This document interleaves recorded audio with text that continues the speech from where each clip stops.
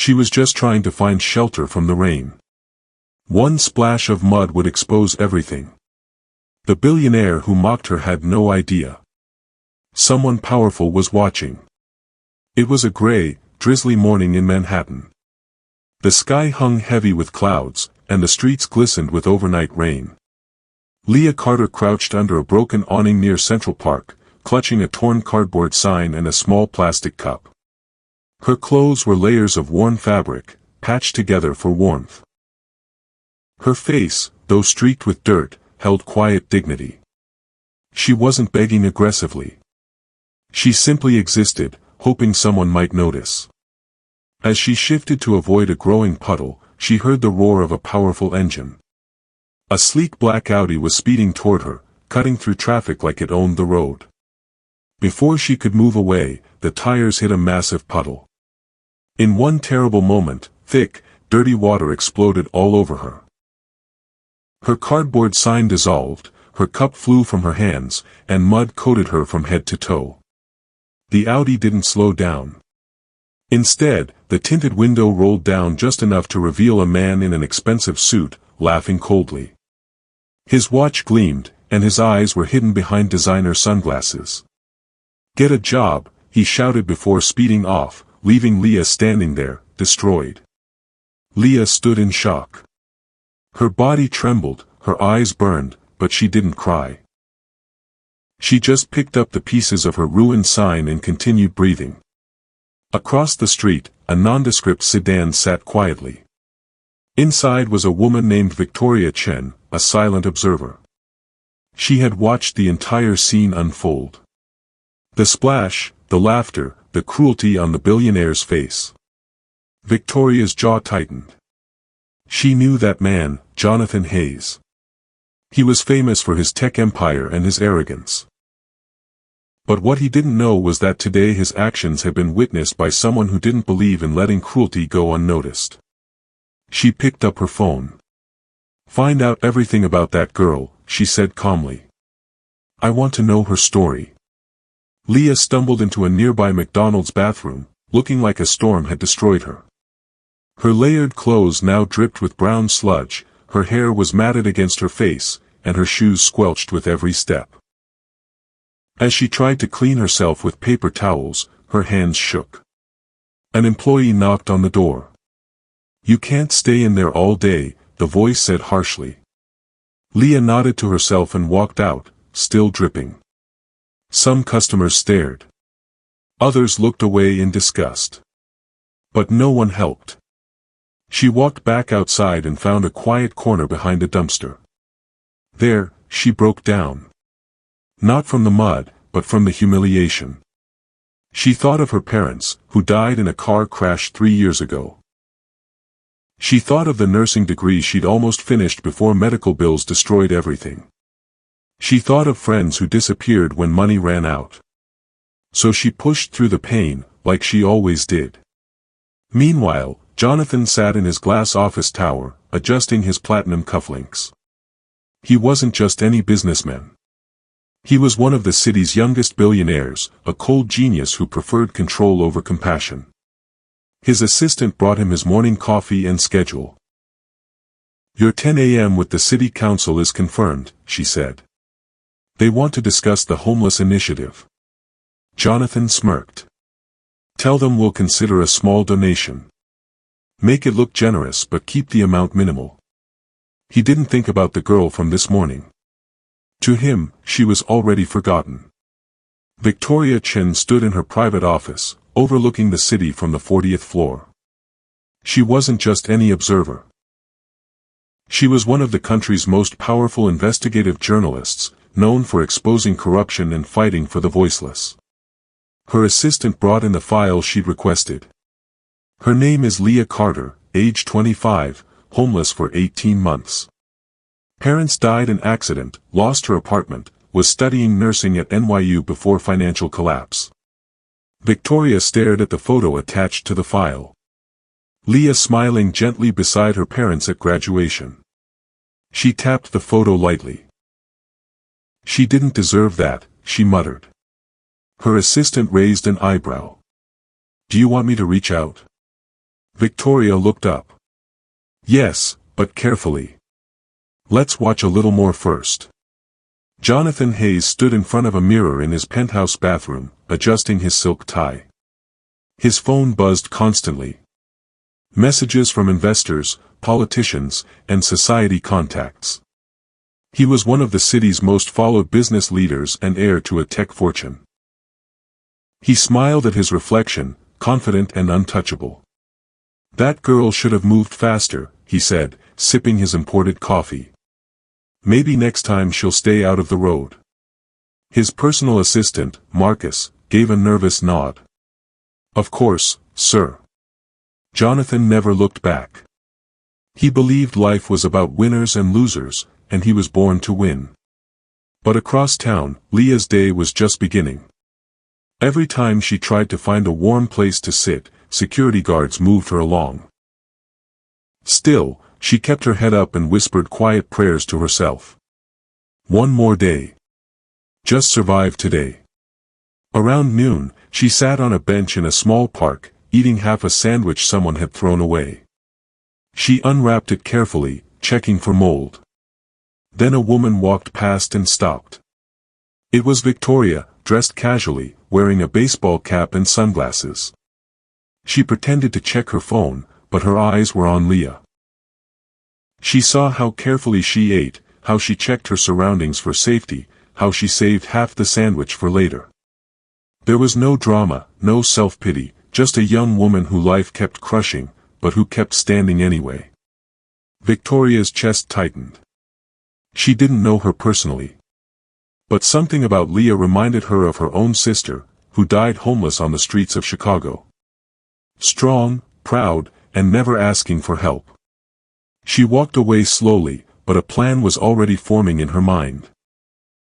She doesn't know it yet, she thought. But her story is about to change. The next morning, Leah woke up in a subway station, shivering. She folded her cardboard bed and started walking, looking for a place to clean up before trying to find work. When she reached the park where she'd eaten yesterday, something strange happened. On the bench was a small paper bag. Inside the bag was a warm breakfast sandwich, a hot coffee, and a folded note. For the woman who carries grace even when the world forgets kindness. Leah blinked. She looked around, but no one seemed to notice. She opened the sandwich slowly. It was fresh, still warm. She hadn't had a hot meal in days. She didn't know who left it, but for the first time in months, she felt seen.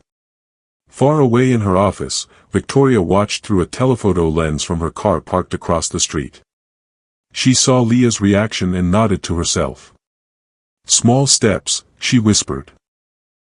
Meanwhile, Jonathan was in a board meeting, talking about quarterly profits. The executives praised his ruthless efficiency, and he smiled for the room like nothing in the world could touch him. But the moment the meeting ended, Jonathan snapped at his team. My coffee was cold. Fire whoever made it. No one dared speak back. That was Jonathan's world. Cold, sharp, and filled with power. But things were changing. That evening, Victoria made another call. I want to feature her story, she said to her editor. Find a way. Quietly. The editor hesitated. She's just a homeless woman. Victoria's voice turned firm. She's not just anything. Leah was sitting in a 24-hour laundromat, trying to dry her clothes from yesterday's mud, when a woman approached. Excuse me, the woman said gently. Are you Leah Carter? Leah nodded nervously. I'm Sarah, from Channel 7 News. We'd like to talk to you about what happened yesterday. Her eyes widened. I don't understand. Someone filmed what that man did to you. It's been shared thousands of times. People want to hear your story. Leah stared at her, unsure. I don't want charity. This isn't charity. This is truth. Later that evening, Victoria watched the interview from her living room. Leah spoke with quiet strength about her parents, her lost dreams, her determination to survive with dignity. She didn't ask for pity. She asked for respect. The segment ended, and Victoria's phone started ringing. Viewers wanted to help. Donations poured in. Job offers arrived. But Victoria wanted more than charity. She wanted justice. The next day, Victoria published her exposé. The Billionaire Who Forgot His Humanity, Jonathan Hayes and the Culture of Cruelty. The article went viral instantly. It detailed Jonathan's pattern of arrogance, his tax avoidance, his treatment of employees. The mud splash wasn't an isolated incident. It was a symbol. Jonathan's phone rang non-stop. Investors pulled out. The city council canceled meetings. His board demanded answers. For the first time in his life, Jonathan felt powerless. Meanwhile, Leah received an unexpected visitor. Victoria Chen stood at the entrance of the shelter where Leah was staying, holding a folder. "I'm the journalist who wrote about you," she said. "I wanted to meet you properly." Leah studied her carefully. "Why did you help me?"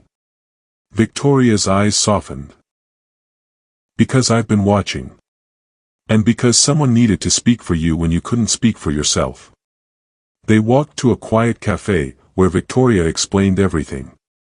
The surveillance, the article, the investigation. "I lost my sister to the streets," Victoria said. "I couldn't save her. But maybe I can help you save yourself." Leah listened carefully. "I don't want revenge," she said finally. "But I want change." Victoria smiled. "Good. Because I have a plan." 1 week later, Jonathan received a letter at his office. Inside was an invitation to a public debate about wealth inequality. The opponent, Leah Carter. He laughed at first. Then he read the venue. Madison Square Garden. Sold out. Broadcast live. His lawyers advised him to ignore it. His PR team begged him to decline. But Jonathan's ego wouldn't let him back down from a homeless woman. He accepted. The night of the debate, Victoria watched from the wings as Leah walked onto the stage. She wore a simple blue dress donated by supporters, her hair clean and styled. She carried herself with quiet confidence, not as a victim, but as a voice for the voiceless. Jonathan strutted on stage in a $5,000 suit, expecting easy victory. But when Leah began to speak, the audience fell silent. She talked about dignity, about humanity, about the systems that keep people down while lifting others up. She spoke of her parents, her dreams, her determination to rise not just for herself, but for everyone society had forgotten. Jonathan tried to interrupt with statistics about job creation and economic growth. But every time he spoke, he sounded more disconnected, more callous. The audience began to turn. Then Leah asked the question that changed everything. "Mr. Hayes, when you splashed mud on me, what did you see?" Jonathan paused. "I saw someone in my way." "I see," Leah said quietly. "And what do you see now?" He looked at her, really looked, for the first time. In her eyes, he saw intelligence, strength, and something he'd forgotten existed, genuine humanity.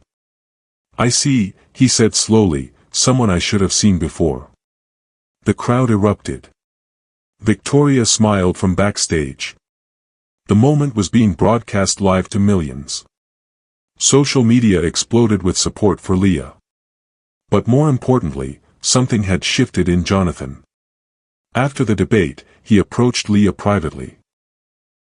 "I want to apologize," he said. "Not for the cameras. Just to you."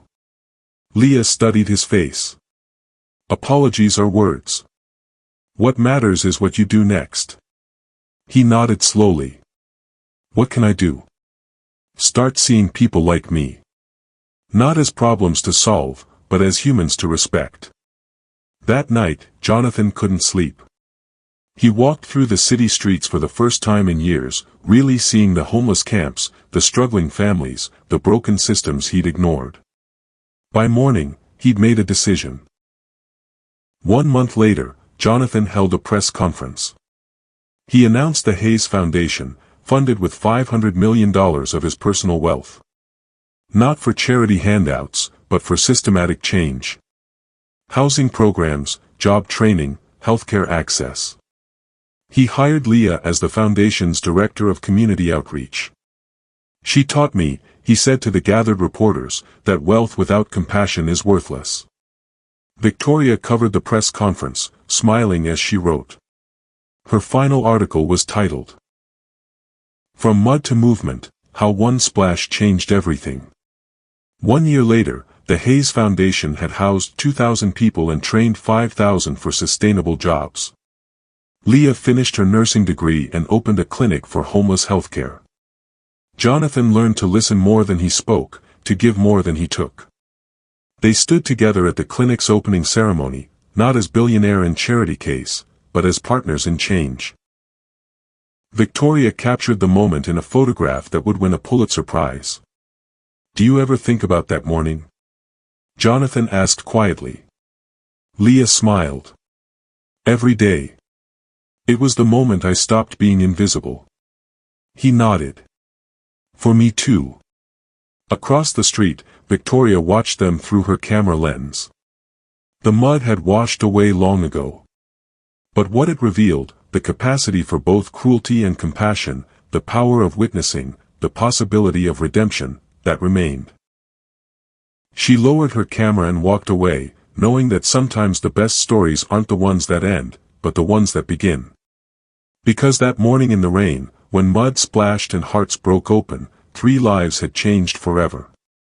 And the ripples of that change would continue spreading, one person at a time, one moment of dignity at a time, until the entire city learned what Leah had always known, that every person carries something precious, waiting for someone brave enough to see it. The end. If you love this story of transformation and justice, make sure to like and subscribe for more powerful tales that remind us of our shared humanity.